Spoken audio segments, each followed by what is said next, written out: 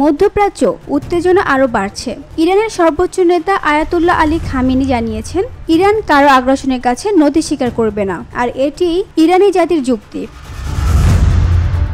সোমবার 23 জুন কাতারের রাজধানী দোহার উপকণ্ঠে অবস্থিত যুক্তরাষ্ট্রের আল উদেইদ বিমান ঘাঁটি এবং ইরাকে একাধিক মার্কিন ঘাঁটিতে ভয়াবহ ক্ষেপণাস্ত্র ও ড্রোন হামলা চালায় ইরানের ইসলামিক রেভলিউশনারি গার্ড কোর বা IRGC। তাদের দাবি, এই হামলা ছিল পারমাণবিক স্থাপনায় নাগরিক আগ্রাসনের জবাব। ঘটনার পর সামাজিক মাধ্যম এক্সে আয়াতুল্লাহ খামেনি লিখেছেন, আমরা কারো উপর আঘাত করিনি, কিন্তু যদি কেউ আমাদের উপর আগ্রাসন চালায় কোনো পরিস্থিতিতেই তা মেনে নেব না। এদিকে কাতারের পররাষ্ট্র মন্ত্রণালয় এই হামলার তীব্র নিন্দা জানিয়েছে।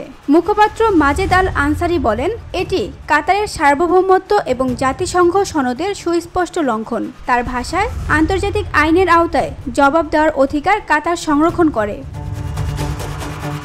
তবে ইরান জানিয়েছে, এই হামলা কাতারের জনগণের বিরুদ্ধে নয়, আবাসিক এলাকা থেকে দূরের মার্কিন ঘাঁটিকে লক্ষ্য করে হামলা চালানো হয়েছে।